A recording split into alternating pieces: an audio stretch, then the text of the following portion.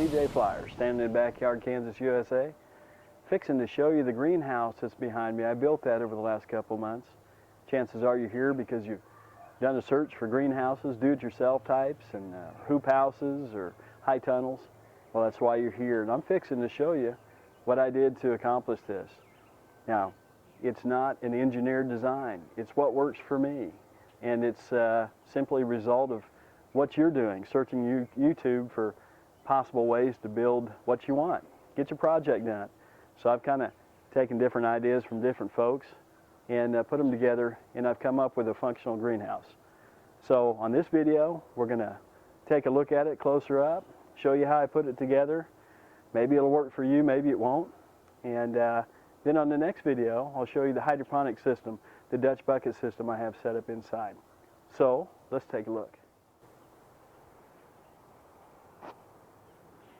Okay, the footprint of the Hydro Hangar, as I like to call it, is about 17 feet long by about 12 feet wide. The main components to put it together is real simple. It's gray PVC conduit, specifically 1 inch and 1.25 inches. That's what the hoops are made out of. And there are 1, 2, 3, 4, 5, 6 hoops, spaced about 3.5 feet apart. Why 3.5 feet? I don't know. Sounded good to me.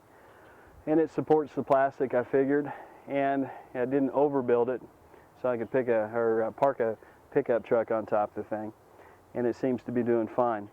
At the base, you can see that there is a piece of 1.25 inch PVC. It's about 16 inches long, driven into the ground, with about 6 inches or so remaining above.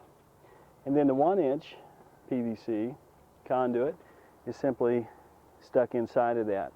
So I have anchors, the 16-inch long anchors I've driven into the ground, and I haven't bolted every one of them. I've bolted some of them through, and then stuck the 1 inch on top of that, or inside of that. Each PVC stick comes in 10-foot lengths, and they range from $5 to $6 a piece. And for the hoops, the actual hoops themselves, I used 2 1/2 pieces to make the arc. So again, 17 feet long by 12 feet wide, and that 2 1/2 pieces of PVC gave me an 8-foot 5-inch approximately peak at the top. Around the back side, I've left enough space so that I've got my compost pile going in the back, and odds and ends here and there for gardening and so forth. The plastic covering, I'll give you a little close-up here, is Durascrim. Matter of fact, that's the logo right up there if you can see it. Durascrim. It's simply a construction-grade plastic. It is fairly common. You can buy it brand new. I happen to be a scavenger by heart, by nature, and I like to find things for cheaper than I have to buy them brand new. Sure, you're the same way. But I found enough Durascrim on Craigslist to build about 5 of these, maybe even 6. Once used, and a few holes, and that's what you see, kind of the lighter patches there. There's a few holes in them, but Durascrim is, like I said, construction grade, but not only that, but it has a UV protectant in it. So this should last for sure this season, and maybe next season also. And it won't break down like the plastic if you went down to China Mart or somewhere to get a drop cloth or a drop piece of plastic for painting. It's not UV protected, so it should last for a while. You can see I built a curtain wall about 3 feet or so up from the ground. Why 3 feet? I don't know. It seems to work for me.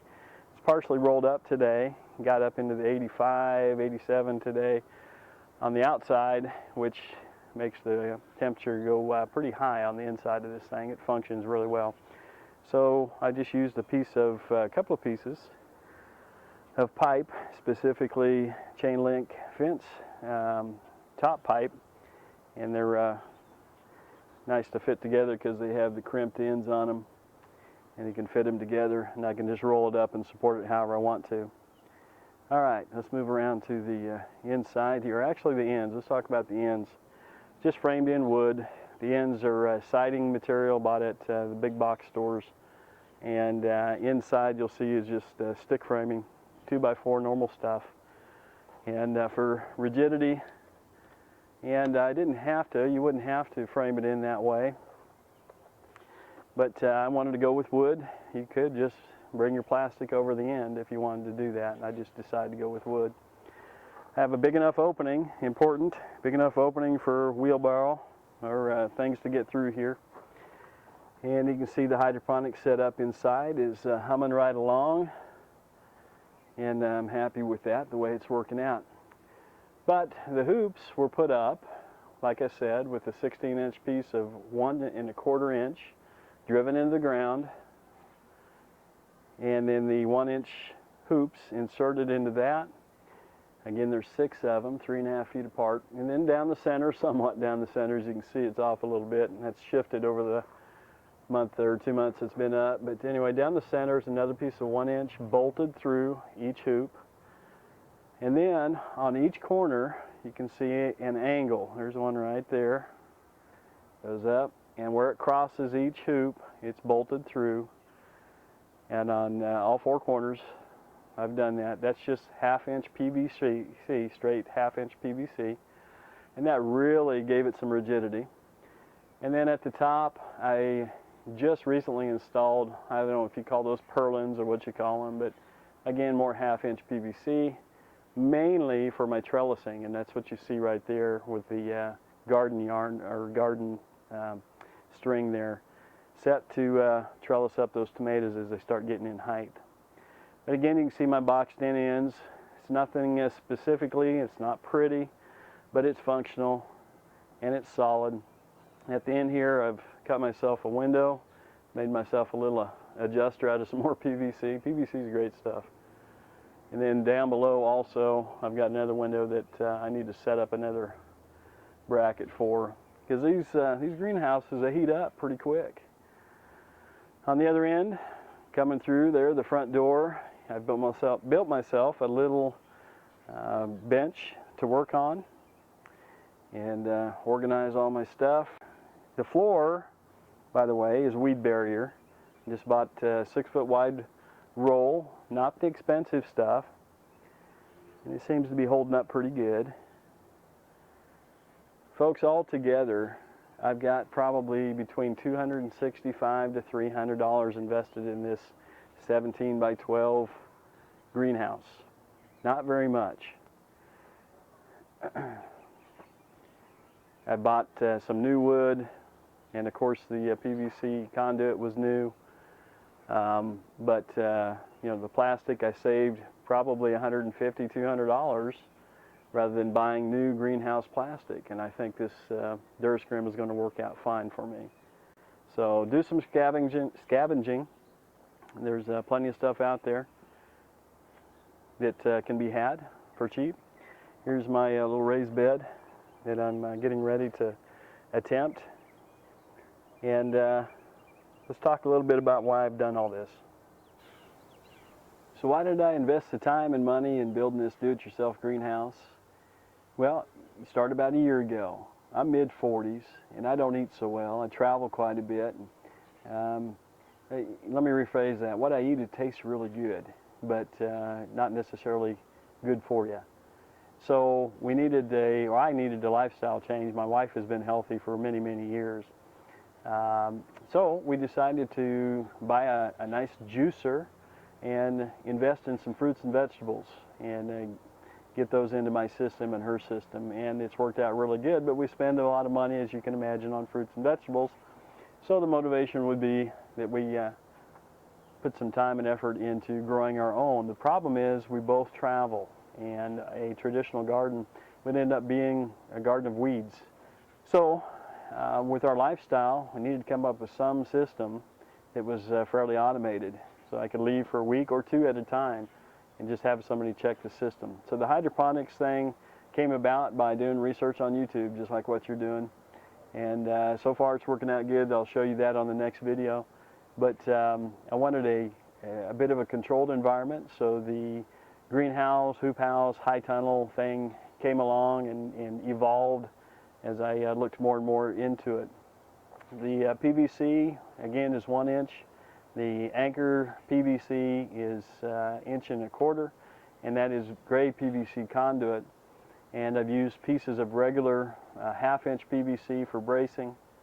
Again, the spacing 3.5 feet between each hoop. There's 6 hoops here.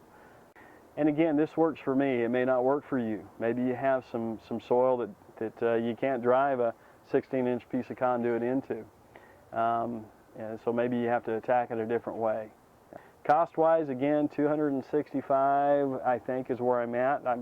I'll just say between $250 and $300 is what I have invested out here.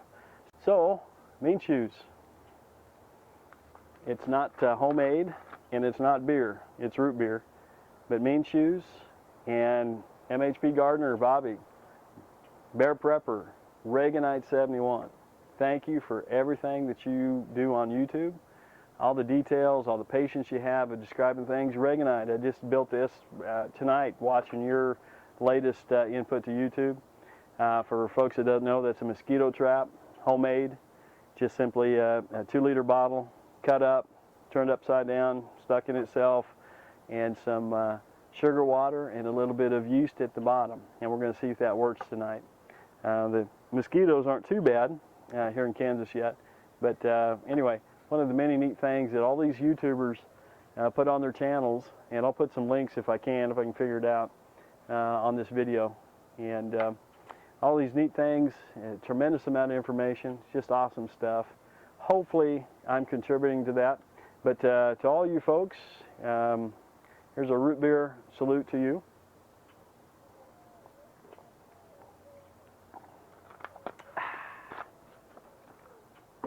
Good stuff. Next time, folks, the next video coming out is going to be a closer look at my Dutch bucket system, my deep water culture system with the lettuce grown up being right below me here, and in the future plans for my hydroponics, and we'll see where we go. I just got my first tomato back over here. Like I said, folks, I haven't gardened for over 15 years, and it's an exciting thing to have my first little bitty tomato. So thank you for watching this, folks. Make comments down below there. If you want to know more about what I've accomplished here in the construction, if I've left things out, which I'm sure I have, ask questions and I'll do my best to get back with you. So with that, from Backyard Kansas, USA, CJ Flyer, we'll see you next time.